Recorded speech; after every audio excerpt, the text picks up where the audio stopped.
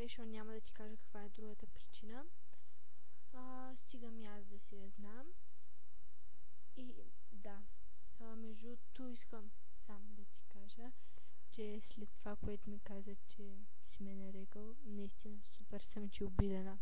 Много, човек. Много съм ти обидена. И да. Не знам защо си ме нарекал така.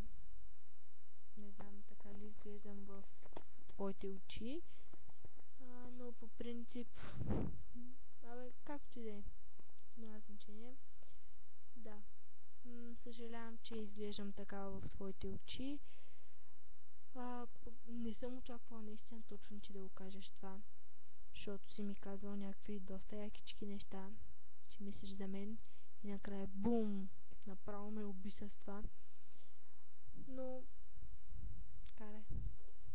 И в крайна сметка не се занимавай с Лигли.